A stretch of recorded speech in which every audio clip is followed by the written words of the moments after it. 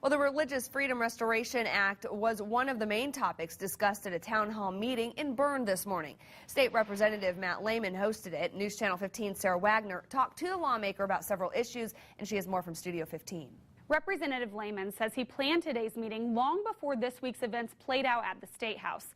With Indiana thrown into the national spotlight after the fallout from the religious freedom law, Lehman says today offered a good chance to talk about what happened, as well as other issues impacting Hoosiers. Okay, we'll go ahead and get started. Thank you, everybody, for coming. Lehman didn't vote on the first religious freedom bill because he was out of town. He voted yes to the revised version that Governor Pence signed Thursday. I think what it came down to eventually was the financial impact that was facing Indiana and the damage that was causing Indiana. Lehman says the amendment isn't a perfect fix, but offers a necessary solution. I think it was a good bill, but hopefully now we can move on and begin the healing process and get Indiana back on track. Another major topic at today's town hall meeting had to do with the non-photo ID that would greatly impact the Amish community. Representative Lehman says he's very confident that bill will pass and go into effect July 1st.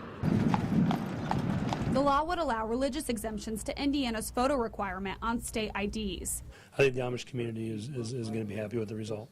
Several teachers and school leaders also voiced their concerns at today's meeting. Funding for public schools is a huge concern. It becomes an increasing challenge to balance our revenue with our expenses, especially in the general fund. I just like to remind Representative Lehman to make sure that public schools are getting the funding that they needed over the voucher situation. I'm a fully supporter of vouchers. I just would like to see it tiered a little bit different maybe than what has been proposed by some. Given a very busy last few weeks, Lehman says he's looking forward to finishing the session on a strong note. There's just a lot of issues out there that I hope we can get back to and end up on a positive note with a good budget and some good bills through the session.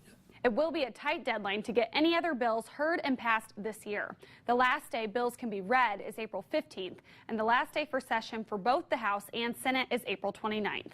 In Studio 15, Sara Wagner, News Channel 15.